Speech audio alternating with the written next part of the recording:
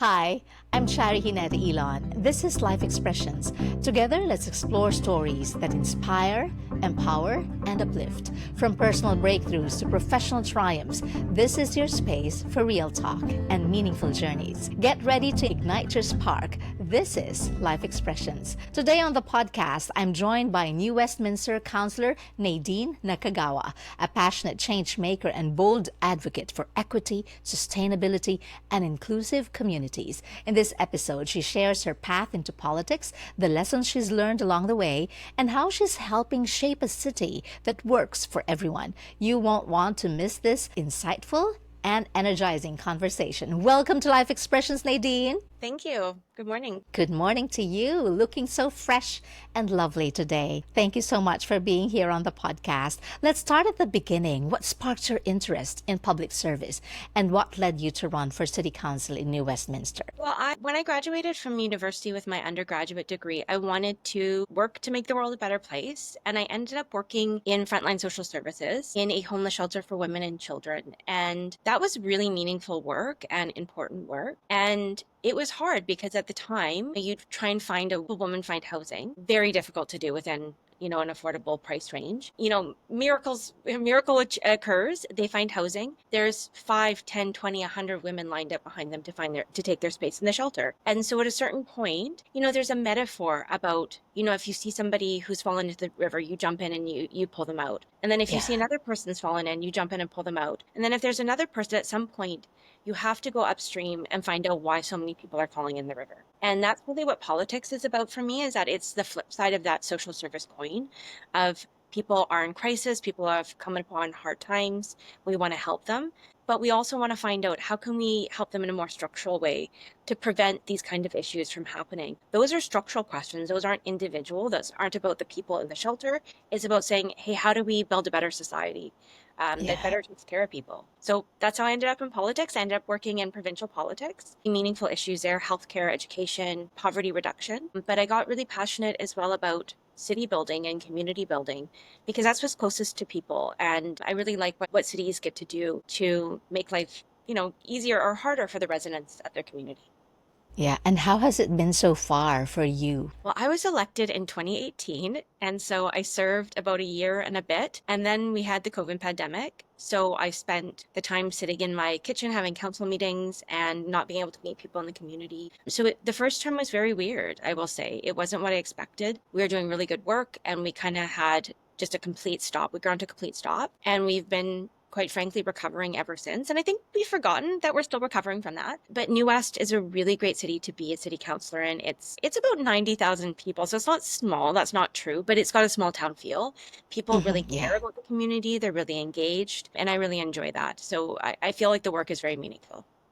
Yes. And what were the changes or the contributions that you have done so far as City Councillor of New West? Well, one of the biggest things that happened was in 2019, I brought a motion to declare a climate crisis. And that was at the request of a lot of environmental and climate organizations, a lot of youth at the time, organizations like Babies for Climate Action were saying, hey, we have a catastrophe on our hands and cities have a role in this. So that was a meaningful thing. And declaring a climate emergency in and of itself doesn't do anything. It's just a statement. But what it led the city to do was to completely revamp the way that we do all of our work to achieve some climate goals. And some of them are really kind of boring, like how many emissions does a corporate buildings let out? But some of them are much more interesting. They're about how do we use our public spaces, like roadways. And so that was one thing. I'm also, as you mentioned, a big champion for equity and inclusion. And so I've always been very focused on public engagement. Who gets to say, whose voices get heard? How do we go about listening to the community? We've really shifted the way that we've done public engagement over the past number of years. And that's culminated in what's called a community assembly, which is kind of a very boring idea, but at its heart, it's the community members in all their diversity coming together and talking about really complicated issues in which they're not necessarily going to agree, but it's really about hearing each other's point of view. And that's not something that we do a lot these days. We don't hear from people who disagree with us or have really different lived experiences than us. So that is a work that I feel very passionately about. Why do you think people tend to shy away from sharing their opinions and being heard? It's a really good question. So I'll say that there's some people who don't shy away from sharing their opinions.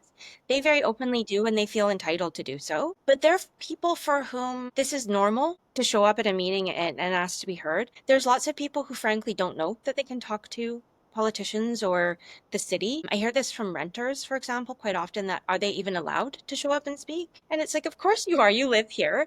And renters are about 48% of the city. So that's a big proportion of people. There's people who they might not feel comfortable speaking in English. It might not feel accessible or comfortable. They might think that they're not smart enough. They don't know enough, and that's not true. Obviously, we know that's not true, but it's true that they feel that way and that they come into City Hall, it's intimidating, and they think, oh, I can't talk about a technical issue like that. And there's people who are just busy. They're taking care of kids, they're working a couple jobs. Life is really, really tough. So I think that we have to say, well, it's our job to overcome that. It's not that people have to be braver, people have to make time. It's that we have to find ways to reach those people if we want to hear. I very much. That's very good that you are finding ways to reach these people. But what was the toughest challenges that you've had to face in pushing for the issues that you have been advocating for, like climate and homelessness? So I think the thing that feels really hard is, well, there's a few things that feel hard. Number one is that because I say it, I'm often dismissed as like a younger presenting woman, one of the first racialized people elected to city council. I'm often painted as radical when I'm saying things that are,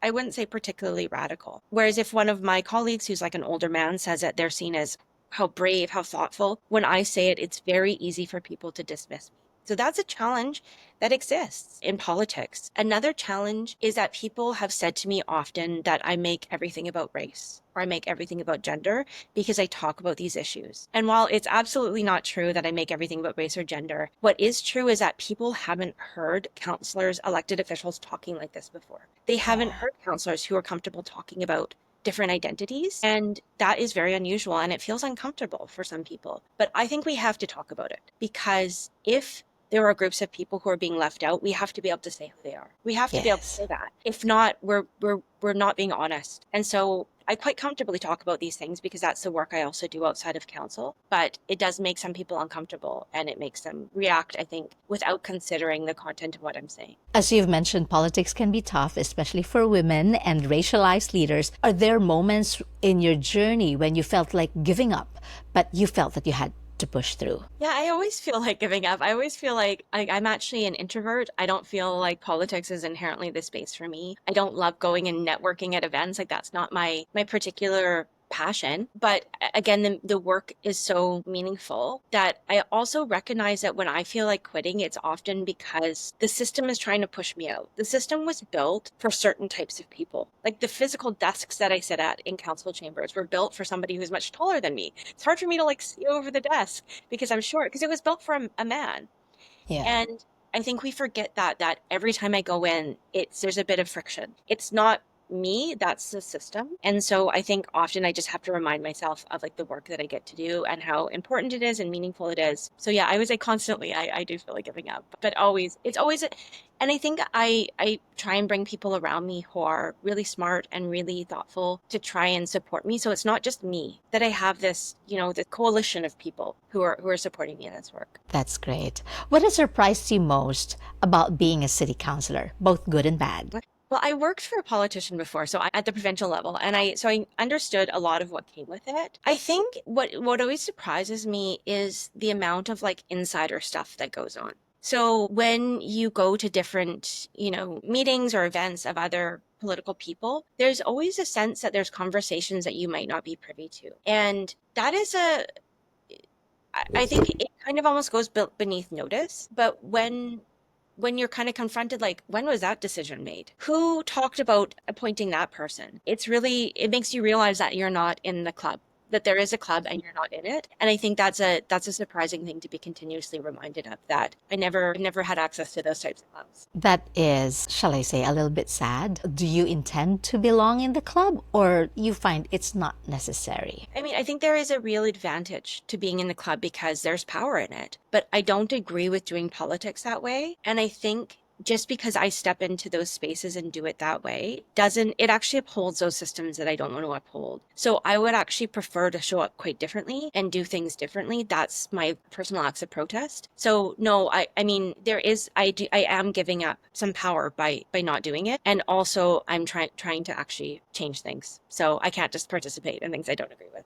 You've helped lead major projects like the city's first reconciliation and inclusion plans. What do those accomplishments mean to you personally? It's really, it often feels like, well, change is slow. Change is slow and hard. And it's very easy to see that it's not enough. There's much more to do.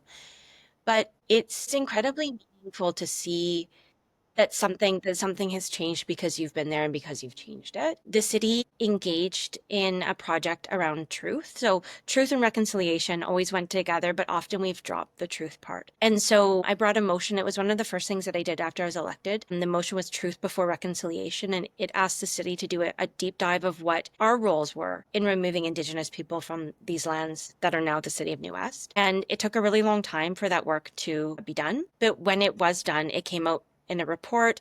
We put banners up saying Year of Truth and invited the community into the conversation to understand what the city has done and what we can do collectively as a community. It's really meaningful. And for all the hard days and for all the nasty emails I get or, not nice calls, it's really such an honor to be able to actually concretely change a big organization like a city. Yes, I agree with that. You're very grounded. How do you stay grounded, inspired amid, shall I say, bureaucracy, policy debates, and community pressures? I really think it's about people, keeping good people around you. The thing about politics is it can become highly individualized. It's your name on a ballot. It's your name as a city councillor with the title, but nobody ever gets to that role by themselves, ever.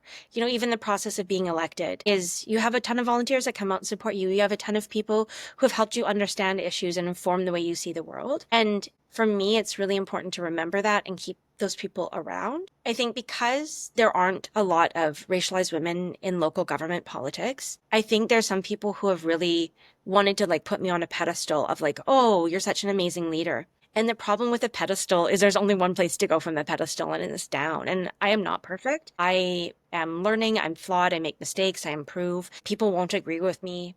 We'll never agree with each other 100% on everything that we do. And so I always want to keep people around who are better than me, who know more than me, who will humble me. And I think that that's the important thing. And I don't see a lot of people. It's really nice to have people around who say, wow, you're so great. You're wonderful. Oh, you're amazing all the time. That feels really good.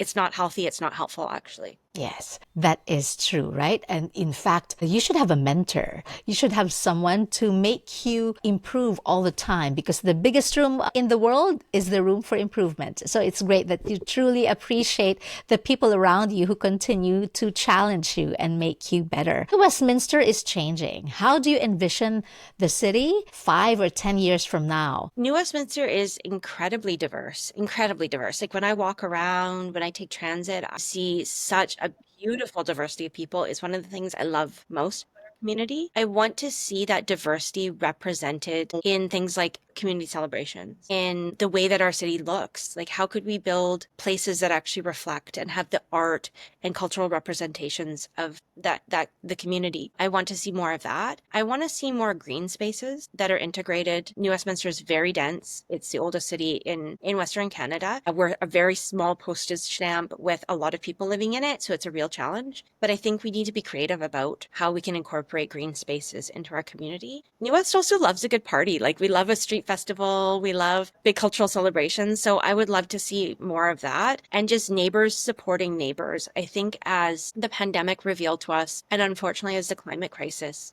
will reveal to us, we're going to need to take care of each other. And we often look to government. I'm even thinking about in the heat dome that was a few years back now. Yes. New Westminster had a lot of residents, and people said, what did the city do?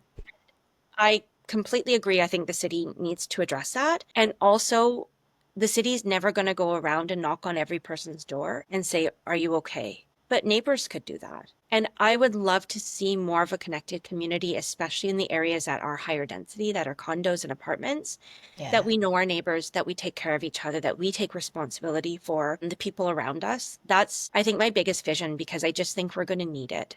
and we're not going to make it without that. So I think community building is the number one thing that we Yeah. And what role do you hope to play in shaping that future? do.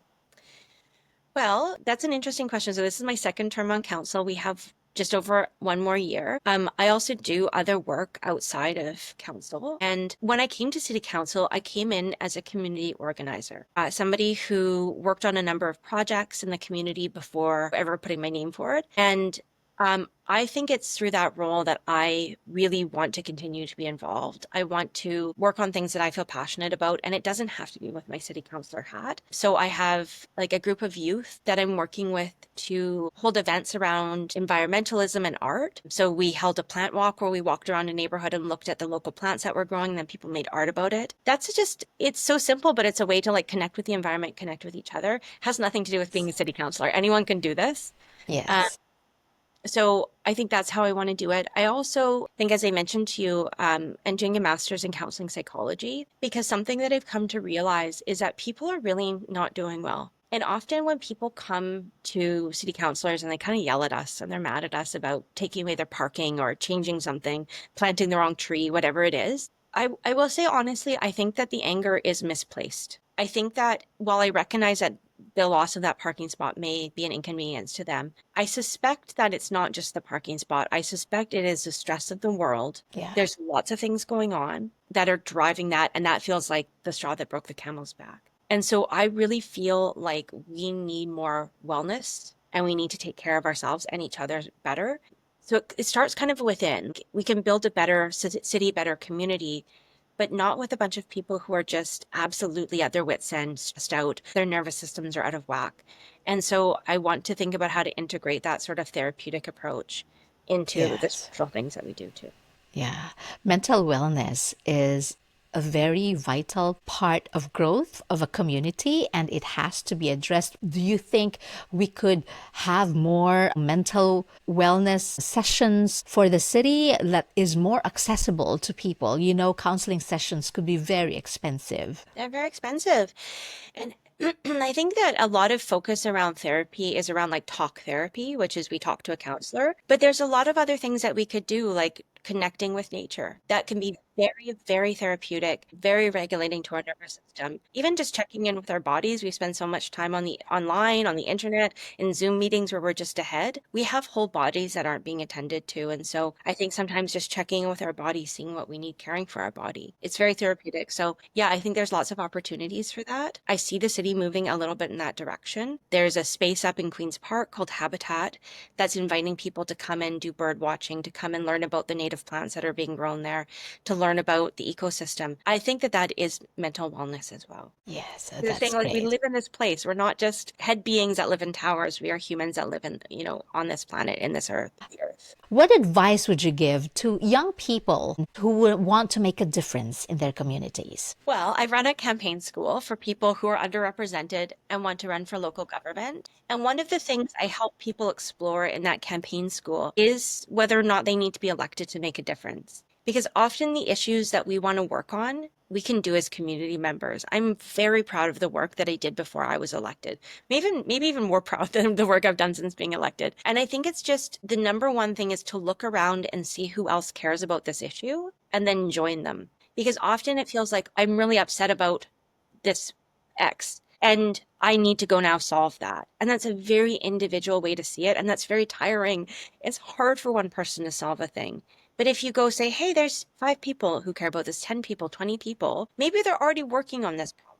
Let's work together on it. I think that's the number one thing, is to join with others. And the other is just to have the audacity to believe that you can do it. Often we feel like we need permission to go work on a problem, that we need more education, we need to, whatever it is. No, we don't. That's, again, messages that the system says that to tell us that no, don't change anything, it's all good. We can go, we know enough. We just have to be brave enough. So just have the audacity to just go do it. Don't ask for permission. I love that. Truly love that. Do you believe in mantras? Mantras. I don't necessarily believe in mantras, but I do have like a mission statement. So I think it's similar. Yeah, let me just, it's on my computer. So I think this is very telling of who I am. So I developed this mission statement maybe 15 years ago in a course that I did, that we developed it, and I found it refound it afterwards. And I thought, yes, that is still me. So my mission statement is to be fluttering pink wings of awareness and compassion. Can you So please repeat that? That's beautiful. to be fluttering pink wings of awareness and compassion.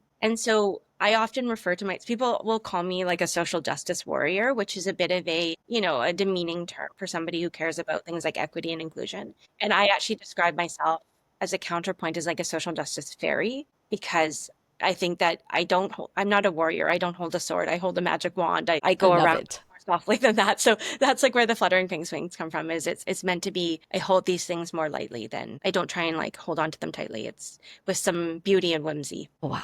I appreciate that. And I see that in you. You are a fairy. Thank you so much. Thank you so much for sharing with us your insights, your experiences, your challenges. And it inspires me. And I'm pretty sure this episode would inspire a lot of people as well, just listening to you, Nadine. But before we wrap up, let's shift gears for a fun little segment I would call the rapid fire round. I just give you quick questions, instinctive answers. Just say the first thing that comes to mind. Are you ready? I'm ready. Coffee or tea? Coffee. Early mornings or late nights? Early mornings. One book you would recommend everyone to read? One book I'd recommend everyone to read: The Book of Delights by Ross Gay. Go-to comfort food after a long council meeting? Noodles. What's always on your playlist? What is always on my playlist? Oh, Kim Mortal. Do you know Kim Mortal? No, Local I artist. don't. You should check. You Okay, should I check her should out. check her out. One word people often use to describe you. One word. Passionate. A city you love, other than US. You Cluelet. If you weren't in politics, what would you be doing? I would be a creative writer. What gives you hope right now? The passion and insights of the youth. That's great. Finish this sentence. Leadership is... Leadership is moving to the back. Thank you so much, Nadine. Finally, what's your message to the people listening to us? What message would you like to share with them? I guess I would say that the world needs more bravery right now, and we need more people who care. And so again, I think this has been a theme, is that people often feel that they're not enough, that they're not qualified, that they're not smart enough, that they don't know enough. They need more and more and more. And again, I would just reemphasize that that's the system trying to keep people quiet and trying to keep them small. And so if you care, that is enough to make a difference. That's great. Thank you. Thank you so much. Where can they connect with you? They can connect with me on social media at Nadine Nakagawa, or at the Feminist Campaign School, which is the organization that I co-founded, that we support people who are underrepresented to run for local politics. So if people want to explore that, they can sign up and connect with us there. Thank you so much again, Nadine. This has been a lovely conversation. And thank you for tuning in to this episode with Councillor Nadine Nakagawa. If her story inspired you to lean into leadership, speak up for change, or simply get more involved in your community, you're not alone. Until next time, stay curious, stay engaged, and keep sparking impact. If you like this episode, please follow Life Expressions and share it with your friends. I'm your host, Charie Ginete Ilon. Let's continue to be a positive impact wherever we are, in whatever we do, however we can. This is Life Expressions.